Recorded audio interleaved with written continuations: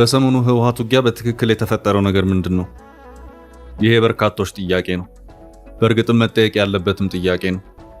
ህወሓት በጠለምት ግንባር የትግራይ መከላከያ በሚል በሚጠራው ኃይል ውስጥ ካደራጃቸውና አርሚ የሚመስል ስያሜ ካላቸው የታጣቂ ኃይሎች መካከልም 5 አርሚዎችን በማስጠጋት ተከዜን ተሻግሮ ጥቃት እንደከፈተ የሰሞኑ መረጃዎች ያመለክታሉ። እናም የግጭቱ መንስኤ ሆነው የህወሓት ጦር መንቀሳቀስና ተከዜን ተሻግሮ ጥቃት መክፈት አካባቢዎችን ለመቆጣጠር ያደረጋቸው ጥረቶች መሆናቸው ታውቋል።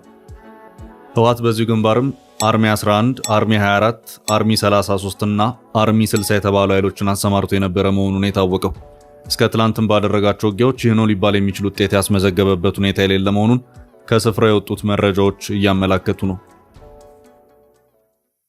በተደጋጋሚ ገንብቶ በማስረከብ በደንበኞቹ የተመሰከረለት ዳኮርድ ሪል ስቴት አሁን ደግሞ በመሃል አዲስ አበባ ጀሞ አንድ የሚገኘው ሳይት ላይ ግንባታ ሂደታቸው 40% የደረሱ በአንድ ዓመት ብቻ የሚረከቧቸውን አፓርትመንቶች ከ70/30 የባንክ ብድር ጋር አቀረበላችሁ። ባለ 1 መኝታ 80 ካሬ፣ ባለ 2 መኝታ 110 እና 118 ካሬ ከ623200 ብር ቅድመ ክፍያ ጀምሮ እስከ 1 ሚሊዮን ብር ከሚደርስ ልዩ ቅናሽ ጋር ይዞላችሁ ቀርቧል። ለበለጠ መረጃ 0911057674 ወይም 0926930578 ይደውሉ። ዳኮርድ በልዩነት የተገነባ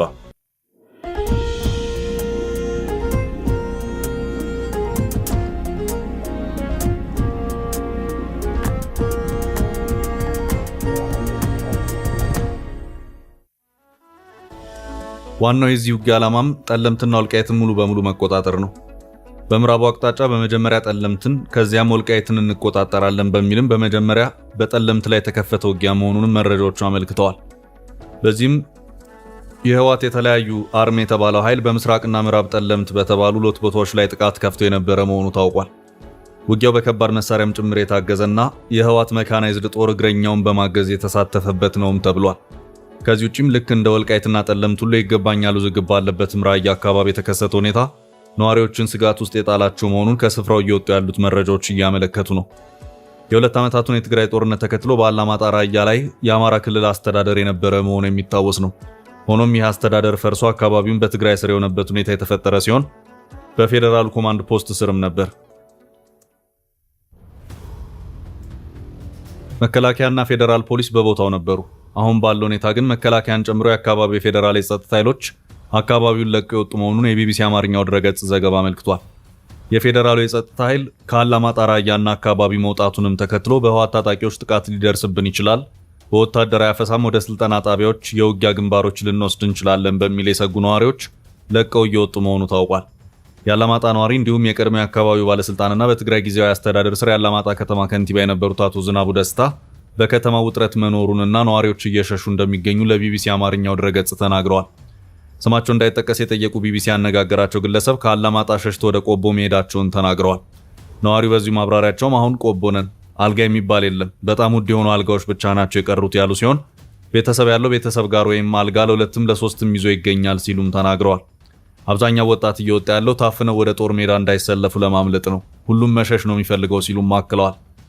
ሐሙስ ጠዋት በአንድ መኪና የወጡ ሰዎች እንደነበሩ ጠቅሶ አሁን መኪናም ታግዷል፣ አያስወጡም፣ ንብረትም ይዞ መውጣት አይቻልም ብለዋል። ህወሓት በዚሁ አቅጣጫ በአፋር ክልል የትግራይ ሰላም ኃይል ወይም ቲፒኤፍ ተብሎ የሚጠራው ኃይል ጥቃት ሊሰነዝርብኝ ይችላል የሚል ስጋት ያለው መሆኑም ታውቋል። በዚሁ ግንባር ስምሪት የተሰጠው ጀነራል ጆን መዲድ የተባለው ሰው ነው። የጠለምቱና የወልቃይቱ ግንባር በጀነራል ምግብ የሚመራ ነው። ጀነራሉ በ2 ዓመታቱ የትግራይ ጦርነት በዚህ የወልቃይት አቅጣጫ ተደጋጋሚ ውጊያዎችን አድርገው ምንም ድል ሳይቀናቸው ከእልቂት የተረፈውን የህወሓት ጦር ወደ ተከዜ ማዶ አሻግረው ወደ ትግራይ የመለሱ ሰው ናቸው። ጥቃት የከፈተው ህወሓትም ሆነ በጀነራል ታደሰ ወረደ የሚመራ የትግራይ ጊዜያዊ አስተዳደር ስለዚሁ ጠንከር ብሎ በግንባር ደረጃ ስለተካሄደው ውጊያ ምንም ነገር ከማለት ተቆጥበዋል። ጀነራል ታደሰ የሚመሩት የትግራይ ጊዜያዊ አስተዳደር ከፌደራል መንግስቱ ጋር ግንኙነት ያለው ቢሆንም አሁን ያለው እንቅስቃሴ ጊዜያዊ አስተዳደሩ የህወሓትና የትግራይ መከላከያ ሰራዊት ቅንጅት መሆኑን ከሰሞኑ አንድ ገብረ ጻድቅ የተባለው የህወሓት ቃል አቀባይ አስቀድመው የተናገሩበት ሁኔታ ታይቷል። የርምበር አብዙ መኸተ ዕንቁ ዝበሃሉ እቶም ናይ መኸተ ሓይልታት ዝበሃሉ ትበዓል ዋና ህዝቢ ትግራይ ከም ዘለዎ ኮይኑ ውድብ ህዝባዊ ሓርነት ትግራይ ኣሎ፣ ሰራዊት ትግራይ ኣሎ፣ ግዚያዊ ምምሕዳር ኣሎ፣ ህዝቢ ድማ ከም ህዝቢ ኣሎ። እዚኦም እቶም ናይ መኸተ ሓይልታት ዝበሃሉ እዚኦም እዮም። የሆነች ነገር ኮሽ ስትል በአፋጣኝ ክስተቱን የሚናገረው ህወሓት በከባድ መሳሪያ የታገዘ ጥቃትን በከፈተበት ሁኔታ ለምን ዝምታን መረጠ የሚለውን በራሱ አንድ ጥያቄ ነው። ቢያንስ በተለመደው አኳኋን ነገሩን ገልብጦ ለምን ጥቃት ተከፈተብኝ አላለም የሚለውም እንደዚሁ ሌላኛው ጥያቄ ነው። ህወሓት ከሽሬ ጀምሮ ወደ ጠለምትና ወልቃይት አቅጣጫ ወደ ተከዜ ወንዝ ታጣቂዎችና ከባድ መሳሪያ ሲያስጠጋና ሲያንቀሳቅስ እንደነበር ቀደም ያሉ መረጃዎች ሲያመለክቱም ነበር። ከዚህ አለፍ ሲልም ደግሞ አንድ የሆነ ነገር እንደታሰበ የሚያመላክት መግለጫ የቀድሞ የህወሓት ጦር ቃል አቀባይ ገብረ ጻድቅ ግጭት ሊቀሰቀስ እንደሚችልና ህወሓትም ለዚህ ጉዳይ የሚያበቃውን ዝግጅት እያደረገ እንደሆነ የሚያመለክት ፍንጭ የሰጡበት ሁኔታም ታይቷል። ሰውየው ወይን ከተባለ የህወሓት ልሳን ከሆነ የበይነመረብ ሚዲያ ጋር ባደረጉት ቆይታ በተለይ ከወልቃይት ጋር በተያያዘ ትግስታችን እያለቀ ነው፣ ትግስትም ልክ አለው የሚል ይዘት ያለውን ሐሳብ የሰጡበት ሁኔታ የታየ መሆኑ የሚታወስ ነው።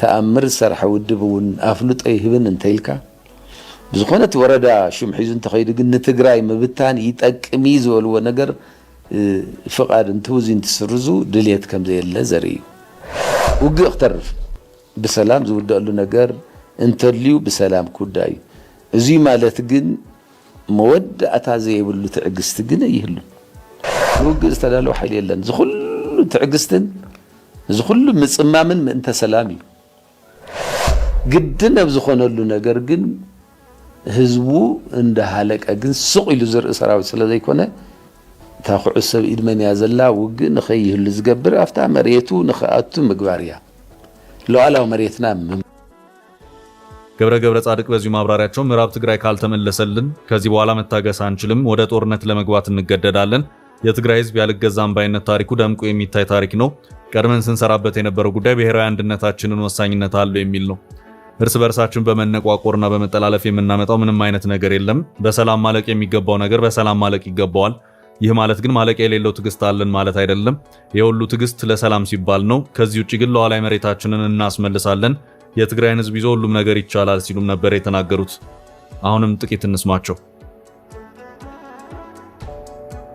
እዚ ማለት ግን መወዳእታ ዘይብሉ ትዕግስት ግን ይህሉ ውግእ ዝተዳለው ሓይል የለን ዝኹሉ ትዕግስትን ዝኹሉ ምጽማምን ምእንተ ሰላም እዩ ግድን ኣብ ዝኾነሉ ነገር ግን ህዝቡ እንደ ሃለቀ ግን ሱቅ ኢሉ ዝርኢ ሰራዊት ስለ ዘይኮነ ታኹዑ ሰብ ኢድመን ያዘላ ውግእ ንኸይህሉ ዝገብር ኣፍታ መሬቱ ንኸኣቱ ምግባር እያ ሉዓላዊ መሬትና ምምላስ እያ።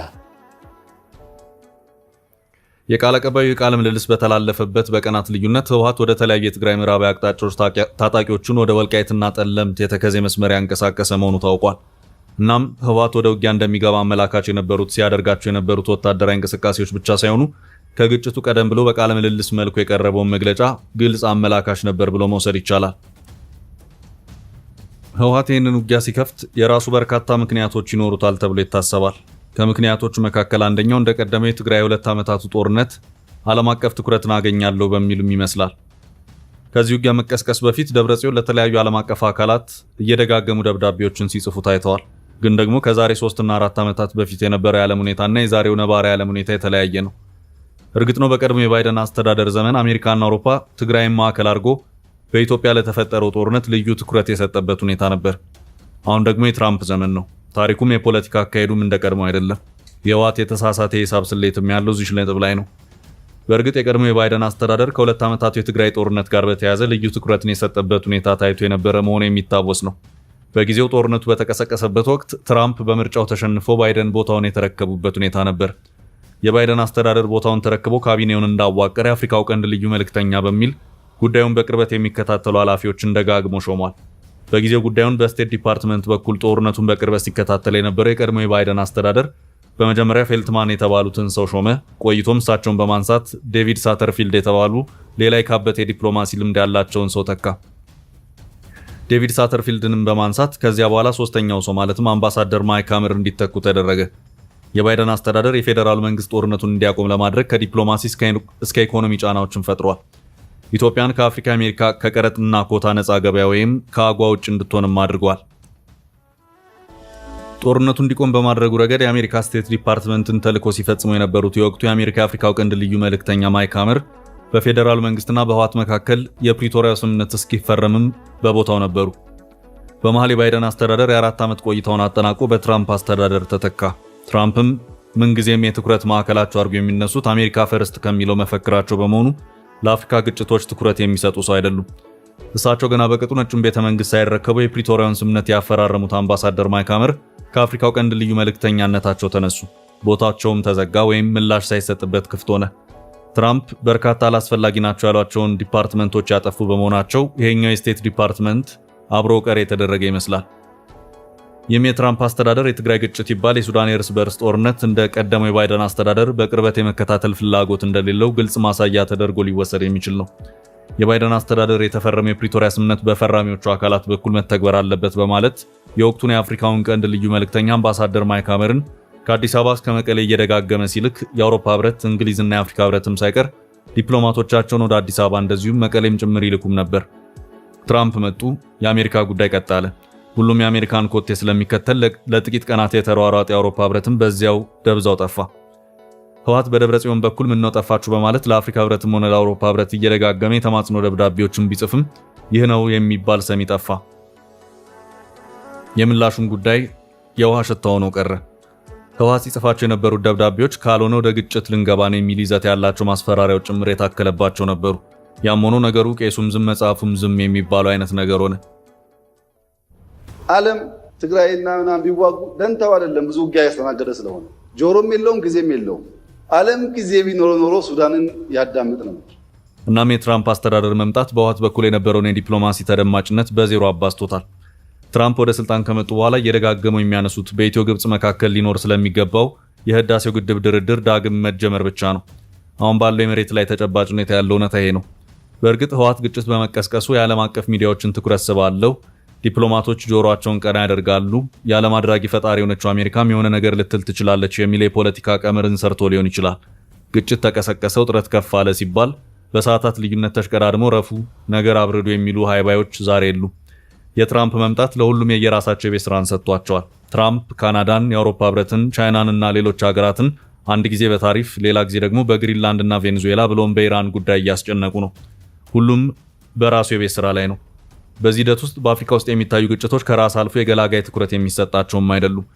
በእርግጥ ህወሓት በዚህ አቅጣጫ በግጭት የዓለም አቀፉን ትኩረት ስባለው የሚለውን ሂሳብ ሰርቶ ከሆነ በትክክልም ተሳስቷል። በትራምፕ ዘመን ዓለም ያለችበት ተጨባጭ ሁኔታ ያን የሚያሳይ አይደለም። ትራምፕ አንድ ሰሞን ከኮንጎ እስከ ሩዋንዳ፣ ከህንድ እስከ ፓኪስታን፣ ከካምቦዲያ እስከ ታይላንድ ግጭት ፈታው በማለት ሲናዘዙ የነበረው የ2026ቱን የኖቤል ሽልማት ልሸለም እችላለሁ በሚል ጽኑ ፍላጎትና ጉጉት እንጂ የእሳቸው አስተዳደር ፖሊሲው ስለ ዓለም አቀፍ ግጭቶች ግድ የሚለው ነው አይደለም። በተለይ ደግሞ የአፍሪካ ግጭትን በተመለከተ የትራምፕ ግጭት አፈታት ትኩረት እስራኤልን ማዕከል ያደረገ የመካከለኛው ምስራቅ ችግር ብቻ ነው። እየሆነ ያለውም ይህ ነው። ትራምፕ የፕሪቶሪያው ስምምነት ይባል ህወሓት ከነመፈጠሩ የሚያውቁት ነገር የለም። እንደ ቀድሞ የባይደን አስተዳደር እንደዚህ አይነት ዝርዝር የአፍሪካ ፖለቲካ ውስጥም የመግባት ፍላጎት የሚኖራቸውን አይታይም። እናም ህወሓት አልተፈጸመም፣ እንደዚሁም ቀረ ያለውን የፕሪቶሪያውን ስምምነት እንዲፈጸም ለማድረግ ግጭት ቀስቅሶ ትኩረትን በመሳብ የዲፕሎማሲ ጫናዎችን እንዲከተል አድርጋለሁ የሚለው ሂሳቡ አሁን በትክክል ተፈትኖ የወደቀ ይመስላል። በሰሞኑ ተቀሰቀሰ በተባለው ግጭት ዙሪያም በዓለም አቀፉ ማህበረሰብ በኩል ማንም ምንም ሲል አልታየም። በትግራይ ከሚንቀሳቀሱት ፓርቲዎች መካከል አንዱ የሆነው ሳልሳይ ወያኔ ለተባበሩት መንግስታት ድርጅት ዋና ጸሐፊ እንዲሁም ለአፍሪካ ህብረት ዋና ጸሐፊ መሐመድ አሊ ዩሱፍ እንደዚሁም ለአሜሪካ የውጭ ጉዳይ ሚኒስትር ማርኮ ሩቢዮ ይድረስልኝ በማለት የተማጽኖ ደብዳቤ ጽፏል። ደብዳቤው አፋጣኝና አስቸኳይ በሚል የተጻፈ ሲሆን በትግራይ አንዣበበውን ጦርነት ለመቀልበስ ፍጠኑ ሲልም ተማጽኖን አሰምቷል። ይህንን ጦርነት የምናስቆምበት መስኮት እየጠበበ ነው ያለው ደብዳቤው ባካችሁ ፍጠኑ ሲሉም ተማጽኗል።